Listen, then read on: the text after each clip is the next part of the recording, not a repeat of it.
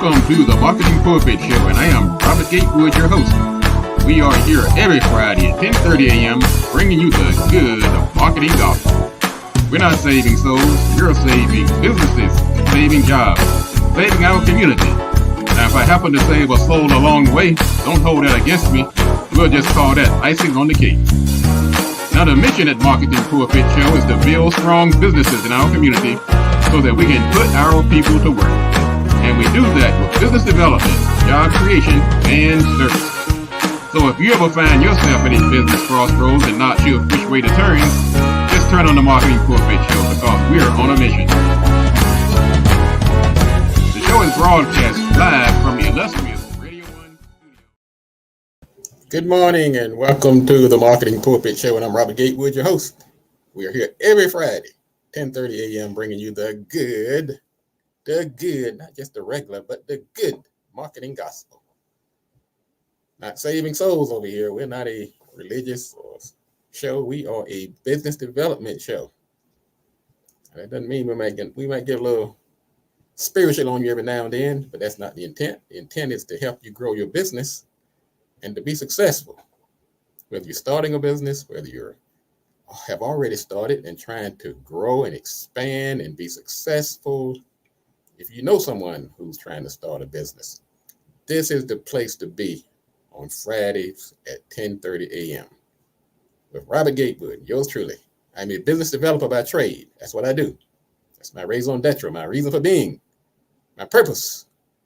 If you don't have a purpose, you better get one, especially if you're going to start a business. I do this with just about every breath I take. I've written books. I teach at the college. I've worked with the federal government. I have a company called Gatewood Marketing and Web. And let me tell you a little secret here. Tell you a little secret early in the show. If you go into business, look at the long game. Yes, make the money to pay the rent and put the kids through school and buy the house, cars, and all that good stuff. But if you really want to reach that pinnacle and serve your purpose, think long term, and you would never go hungry a day in your life. People would chase you down. They don't want you to get out of business if you've done it the right way and you've made it part of a long-term strategy. Now, of course, that takes some discipline, takes some work, but it's doable. I'm just letting you in right now, letting you in on a little secret here. Anyway, welcome to the show. If you're tuning in for the first time, welcome. We have many new listeners, and if you've been listening over the years, for the past 14 years, welcome back. I'm glad to see you. We have an exciting show today. We're going to talk about a couple of things. We're going to talk about what's in a name. What is in a name? Man, I've been called a lot of things in this life. Most of it's good. But what is in a name? Whether it's your company name, your personal name, your organization's name, what is in a name? We're going to talk about that and how, if you are successfully playing the name game, okay, you might have it all wrong. We're going to talk about it. We're going to examine that today on this particular show. Say good morning to Dr. Colette Jackson. Thank you for tuning in this morning. Yes, raison d'etre, reason for being. Can I get an amen? I live by that. You better be about something, because sometimes when you're in business, the money alone is not enough. And people have asked me about this show. People just saying they don't know what this show is about. They like, what is it? Is it? I see pulpit, I see marketing. Well, it's more than just going out here grabbing customers. Now you're going to do some of that too on this show. We're going to show you how to do that. But it's about the mindset. It's about doing this the right way. It's about having a long-term strategy for being successful and making a difference in society. That's what we're about. That's why we don't just sit here and talk about, how to get Facebook likes, how to sell your t-shirts online. That's good. I like that. But if you want to be successful, I'll tell you the end, the three things you have to do. It sounds like do the right thing, do it at the right time, and do it right. And that's more than just selling. That's more than just getting likes, shares, and followers.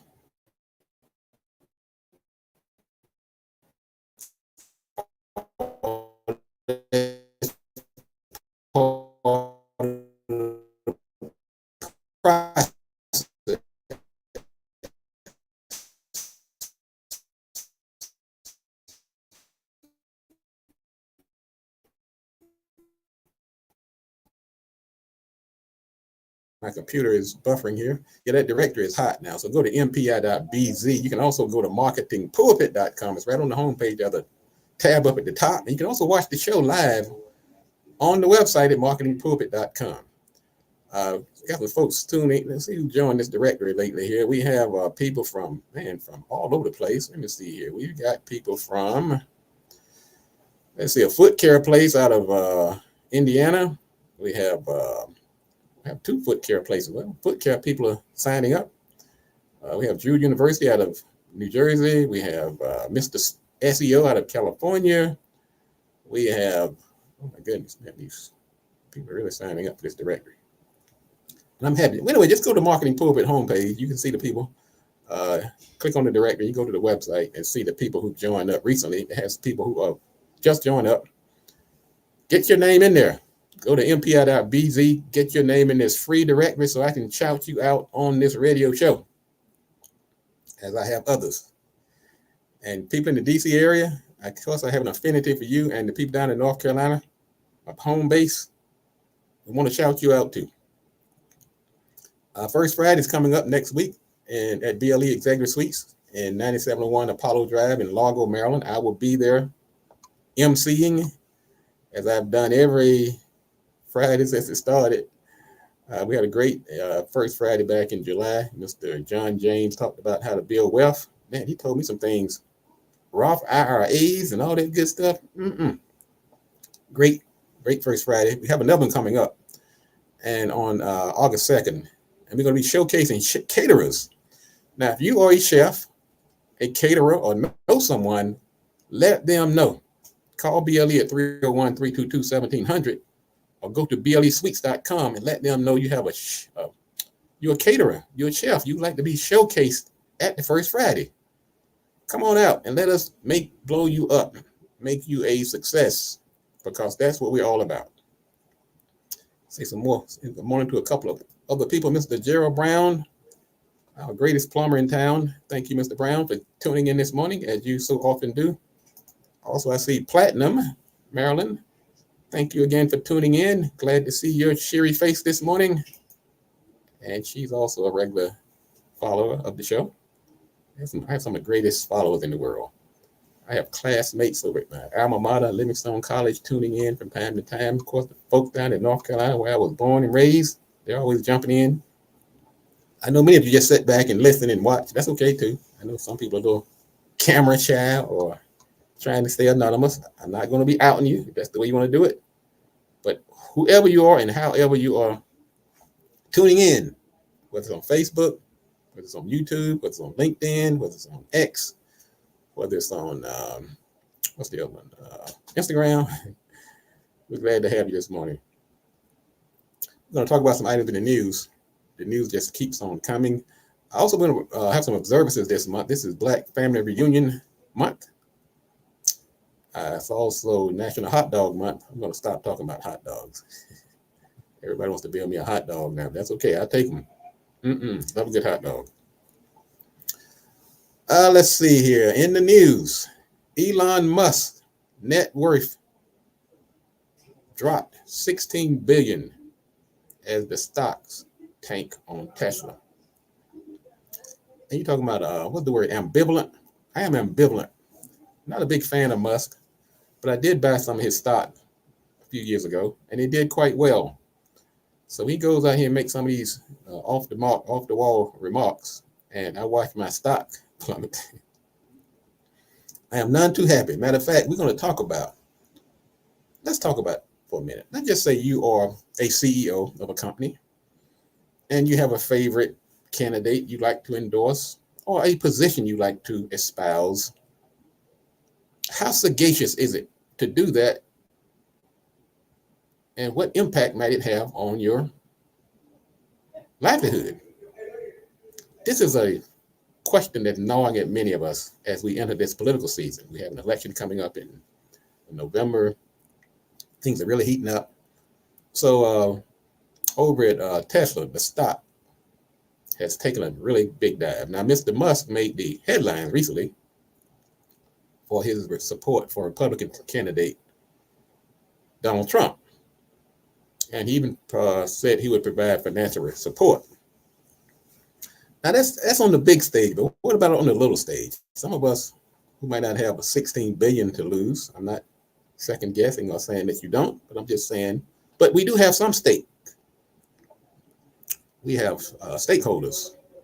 And how are we going to be impacted when we start making these types of endorsements and not just endorsing it, but putting it out here for the rest of the world? I mean, I'm not hiding, I don't hide the fact who I'm going to endorse. I'm just going to say it's not Donald Trump. But I feel like my stakeholders, I feel it's important. I feel that we have to weigh certain things before we make these type of proclamations, and how we do it matters as well. There's nothing wrong with having a different opinion of somebody else. I have clients who are probably Biden supporters, Trump supporters, probably Harris supporters, whomever. But I don't rub it in their face. I said, let's make this money. Now, when you do make these endorsements, you do run the risk of alienating your customers. Just know that. And believe me when I tell you, I'm not telling you to do it one way or the other. I'm just saying, know what the possibilities are. You have customers out there, some are very ardent and steadfast and intractable when it comes to their political beliefs, just like some of their religious beliefs or sexual orientation beliefs. Some people they all in. There is no gray area, and they will hold it against you, and they reward you depending on how you come across or how you present yourself or what your stance happens to be. Just understand that that is a risk.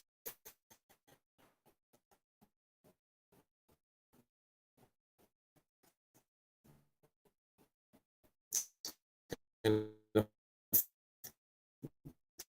some cases,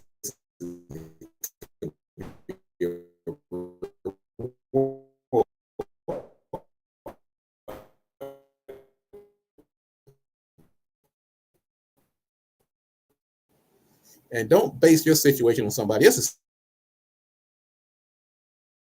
inventory. We've got technology issues to worry about.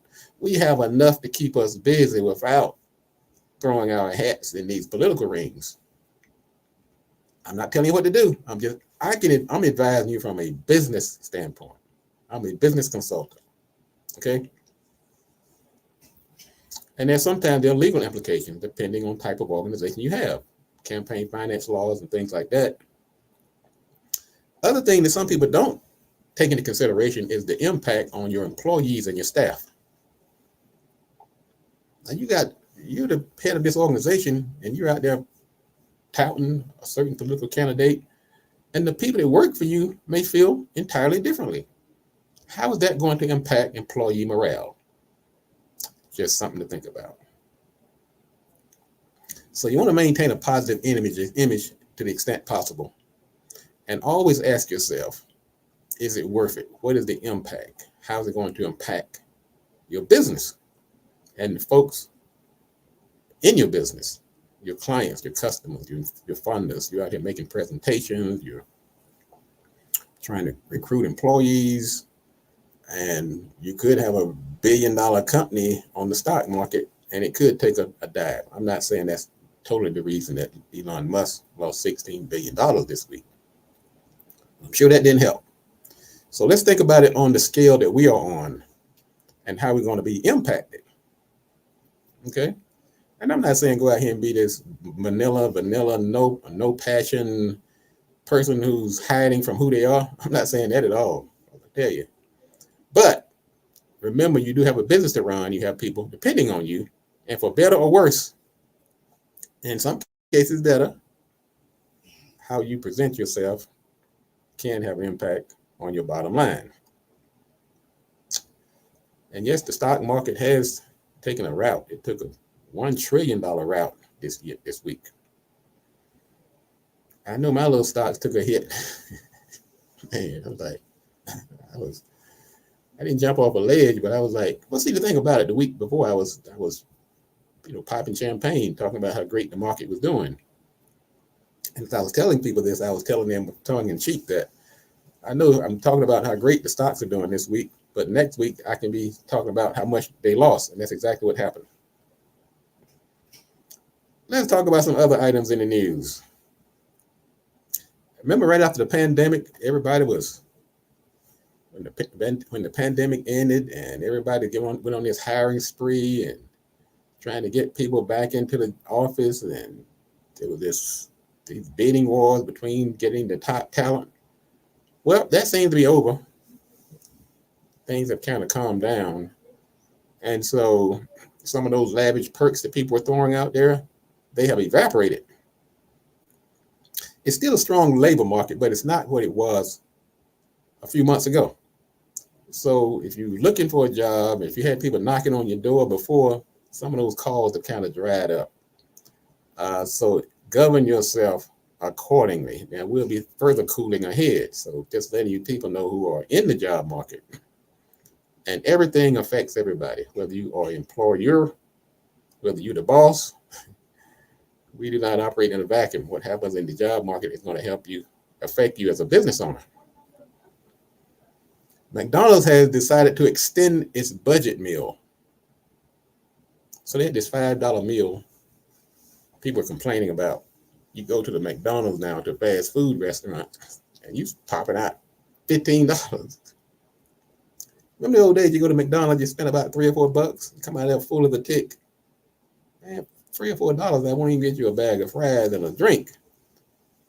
Talking about getting yourself a burger. Well, McDonald's decided to try to cool some of the rebellion that they were getting from people because their food was getting a little high.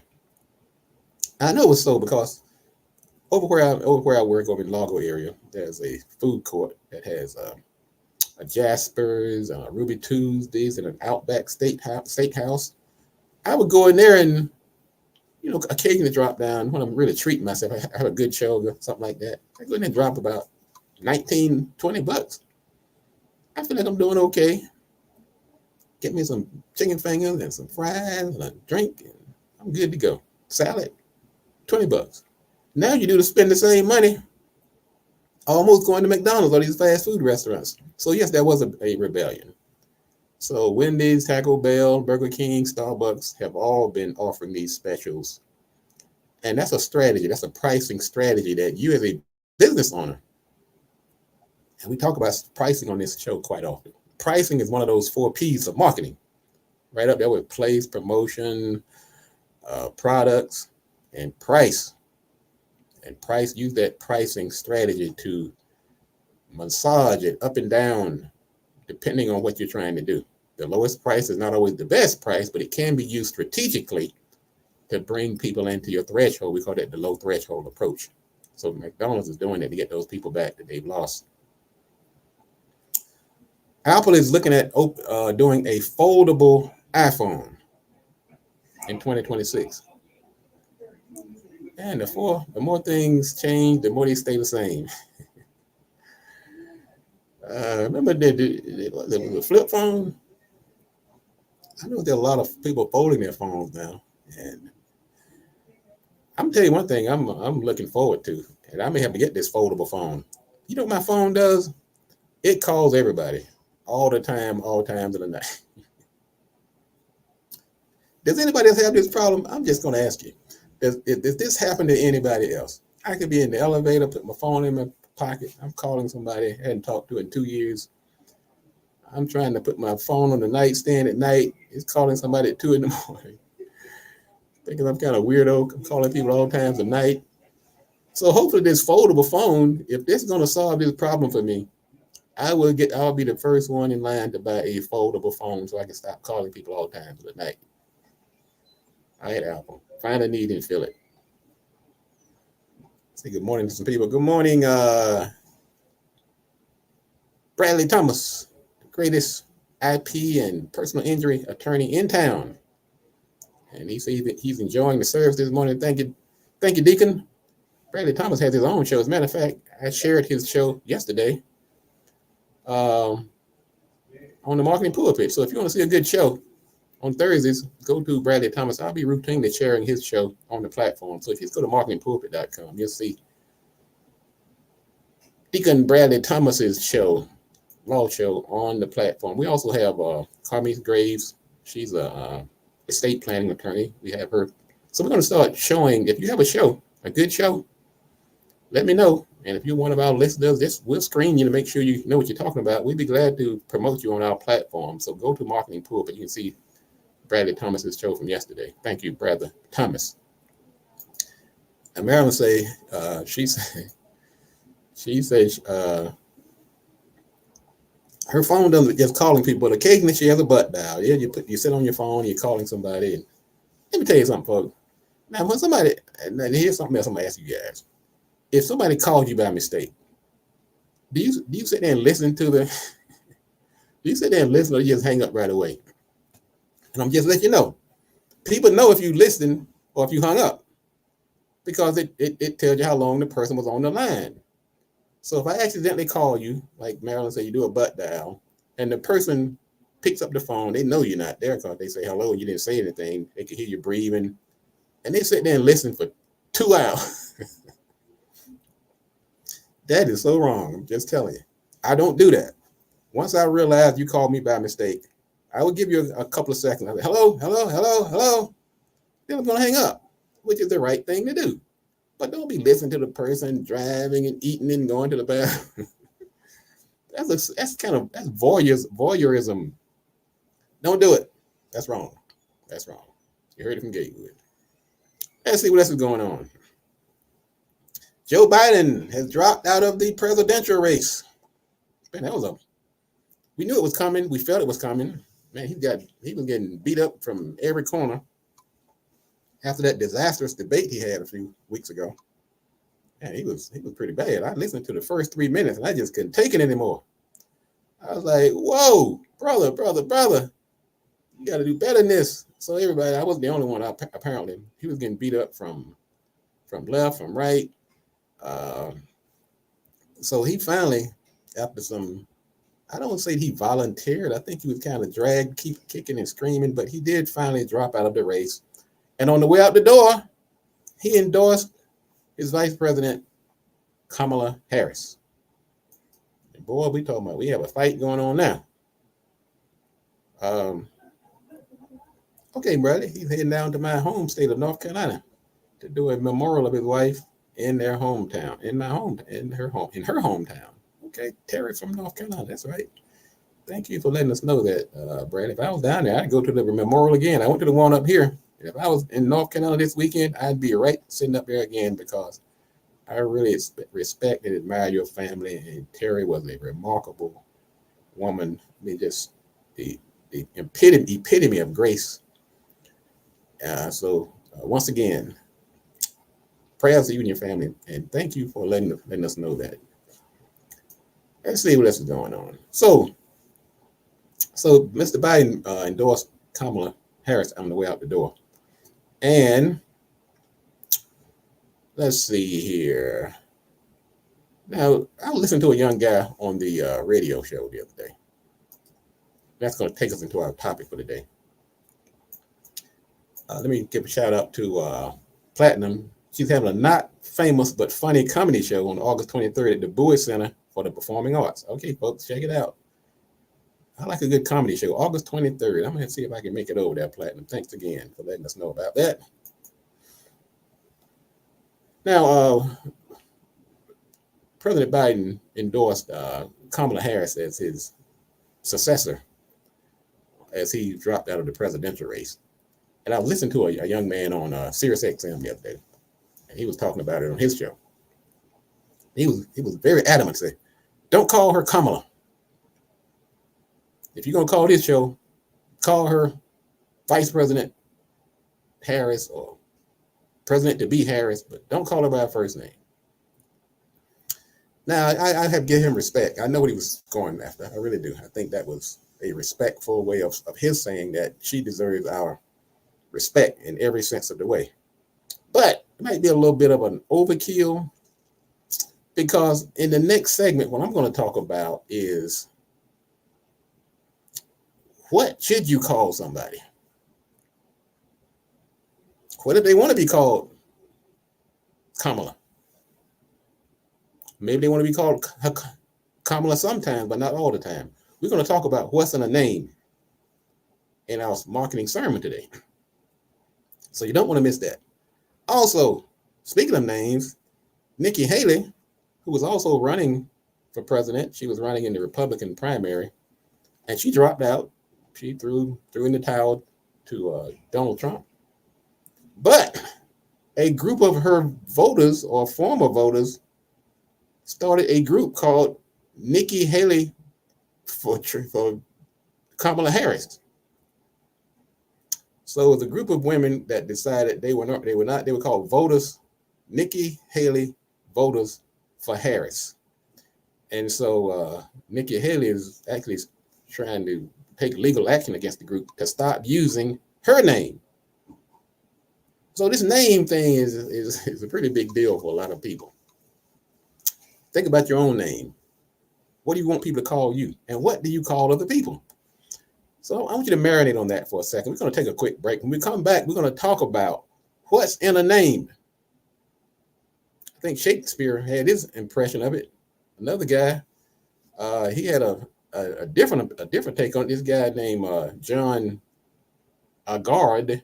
They had two different approaches on how you should approach your name and what you call other people. So hang on for a second. We're going to take a quick break. Don't go anywhere. This is the Marketing Pulpit Show. We'll be right back in a moment.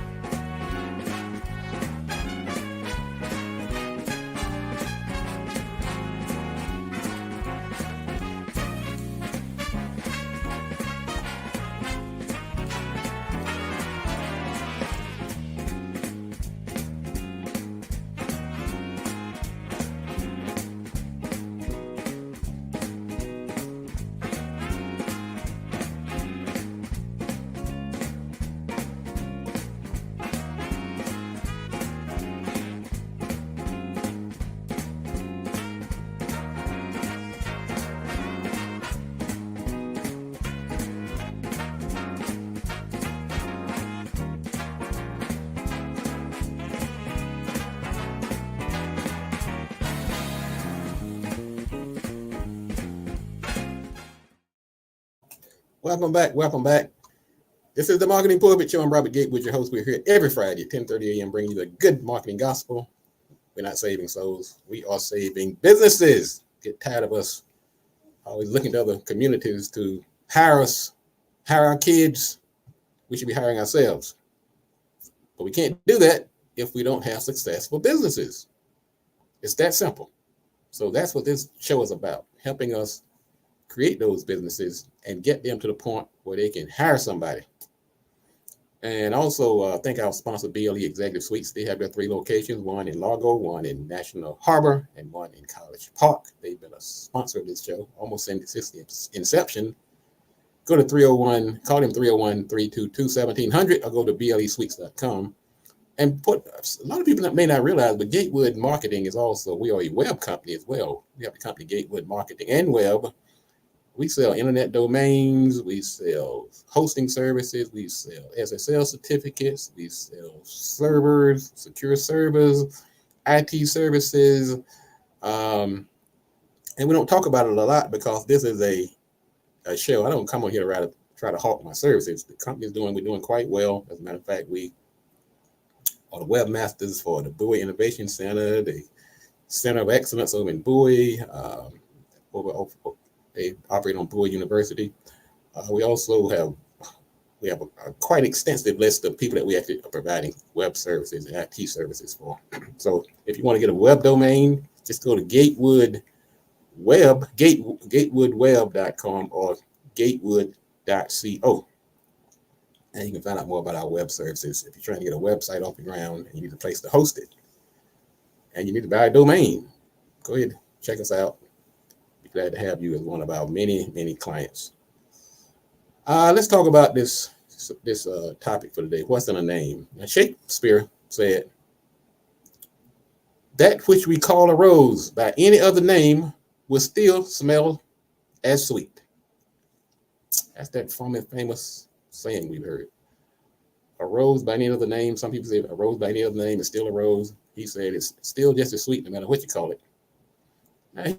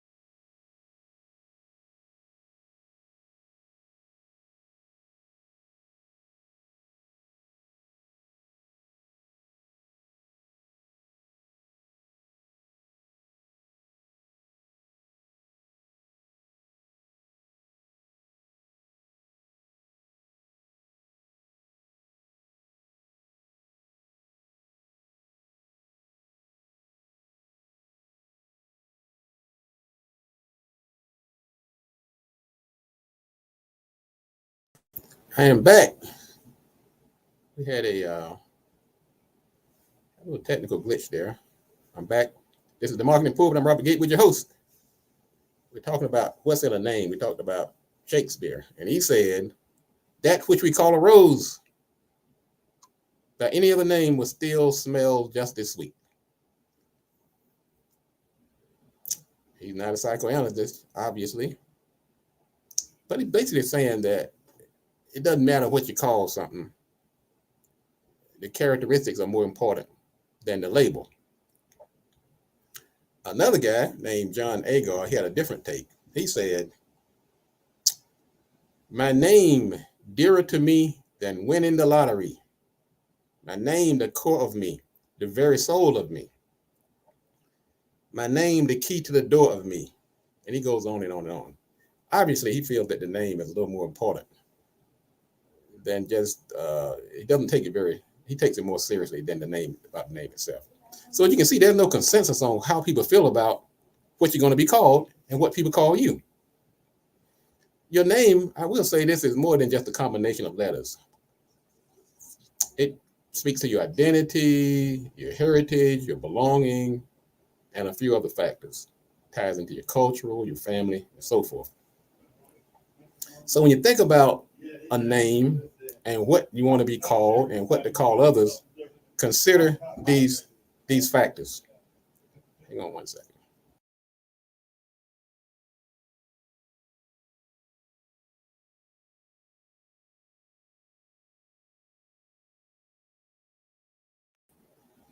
Technology or something. Anyway, consider these factors. First of all, who is doing the calling? Who is doing the calling of the name? Is it a coworker? Is it somebody you're doing a presentation with? Is it somebody you're applying for a job? Is it your mate, your child, a family member? Is it the doctor that's examining you on the examining table? So somebody you just met will call you something differently than somebody who has known you for the rest of your life. Okay, for instance, I'm Robert, I'm Bob, I'm Gate, I'm Professor Gatewood, I'm Robert Gatewood, I'm a few other names. Some probably not so nice, but you want to call the person when you're calling the person that's doing the calling of the name has something to do with what you are called. So it matters who's doing the calling. The other thing to remember is that context matters. Are you at a formal meeting? Are you at work? Are you hanging out with your boys? Are you on a date? Are you in church? Are you among family and friends? Are you in the middle of a fight? If you have a family member or a friend that calls you by your full name, you know you're in trouble. It's context. They're not going to call you that if you're sitting there across the dinner table having a nice meal. But if you forget to put the toilet seat down, or you wreck the car, or you late for the family reunion, Robert Louis Gatewood. Otherwise, you may be Robert, and so forth. So context matters. Also, it is important that you pronounce the person's name properly. Taking the time to learn how to pronounce someone's name is a sign of respect. Some people just say, whatever. Bradley says, some people say, I don't care what you call me, as long as you don't call me late for dinner. That's context, Bradley. You more in line with the Shakespeare. If a name, call me a rose by any other name is just as sweet. Unlike Mr. Agar, who says, the name is the sweetest, it's like hitting the lottery. It's so dear to him. So you want to make sure you call the person by their name, and you want to make sure you pronounce it properly. I've noticed that during the presidential contest, we're having people who have been disparaging the vice president by purposely mispronouncing her name. And some even calling her name that's not her name. Calling her the DEI candidate, calling her the colored candidate. Now that's wrong. I'm just going to tell you. There is no justifiable reason under the sun for that. They need to listen to the show. But they probably not going to change anyway. And Platinum says, yes, pronouncing somebody's name properly is a sign of respect. I just had a class, a college course I taught this summer over at the college on digital marketing. And I would say probably half of the names in the group I couldn't call. So what I did, I let the students introduce themselves. And of course, I had to do something to nudge them. I would say the parts of the name that I could make out, and then I would apologize and make sure that if I call your name improperly, please forgive me. So we understand that we have this country is a melting pot of different cultures and ethnicities and come from different countries. So there are going to be some cases where you can't pronounce the person's name properly. But if you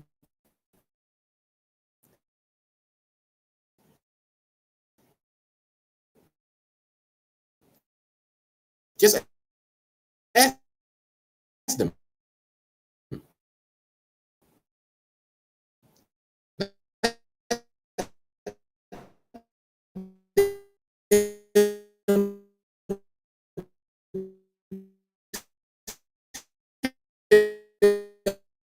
you the proper pronunciation.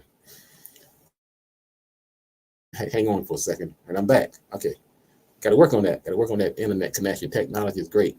Now, here's the last one we're going to talk about, and this one is probably the most important of all. What does the person want to be called? Marinate on that for a minute. It's not your call in many cases on what to call the person.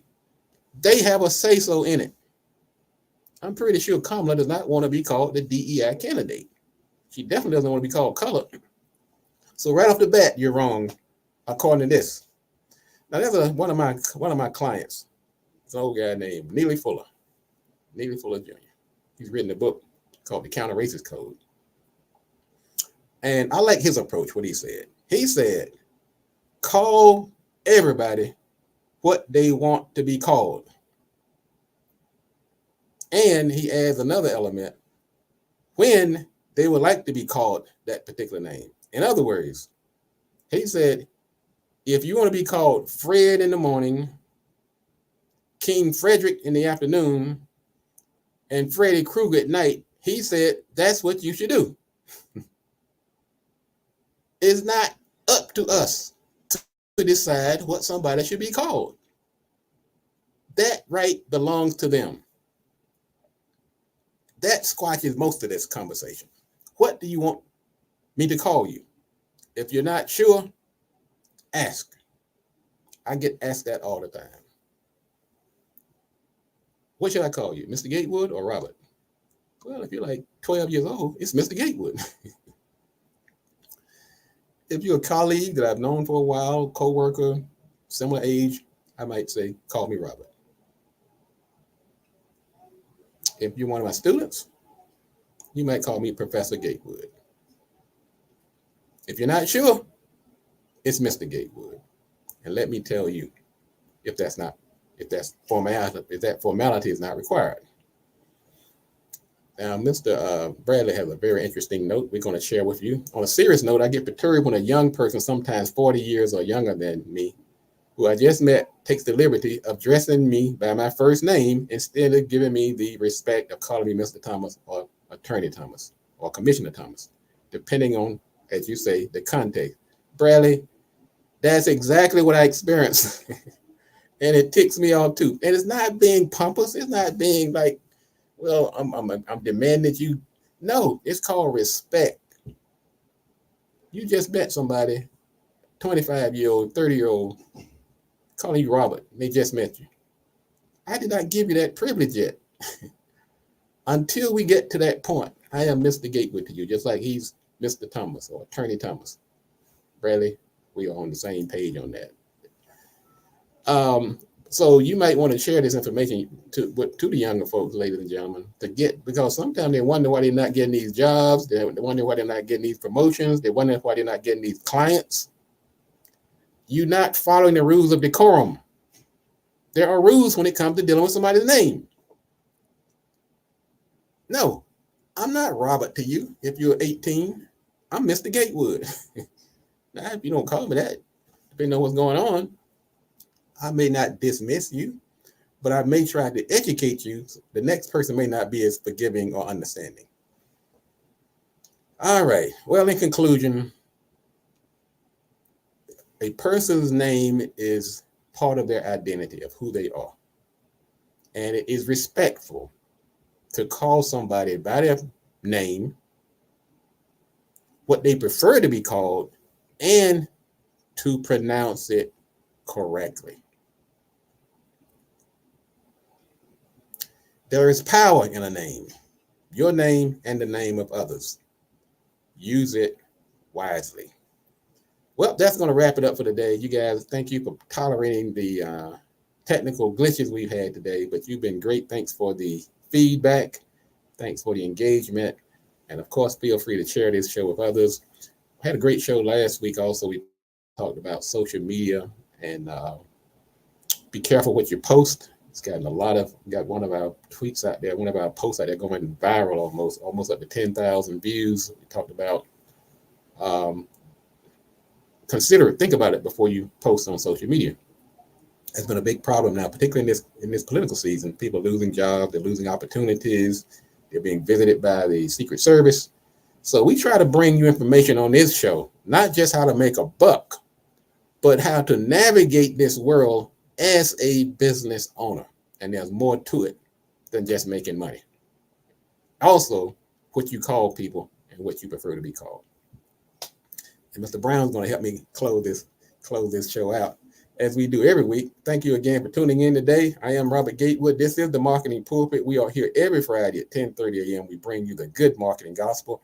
And as I always close the show, I say, if you want to be successful, you have to do these three things. Do the right thing, do it at the right time, and you have to do it right. Enough talk. Let's get to work.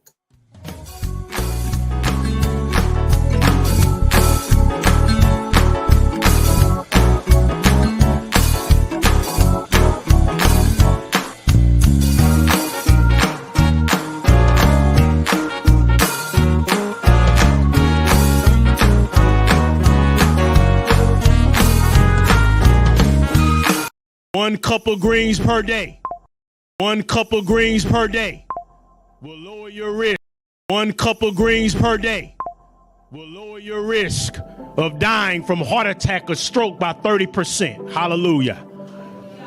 A half a cup of beans every day will drop you down by another 30% because of the fiber and the medicines in the beans will sweep away the cholesterol and the saturated fat. Half a cup of berries per day with all of the antioxidants and flavonoids will drop your risk down. And then finally, a fourth of a cup of nuts and seeds every day will drop your risk down by 33%. You simply eat those foods every single day and take everything else away that's destroying you. And we could eradicate heart disease, high blood pressure, and stroke. Glory! Hallelujah. Register today and get ready for your health revolution.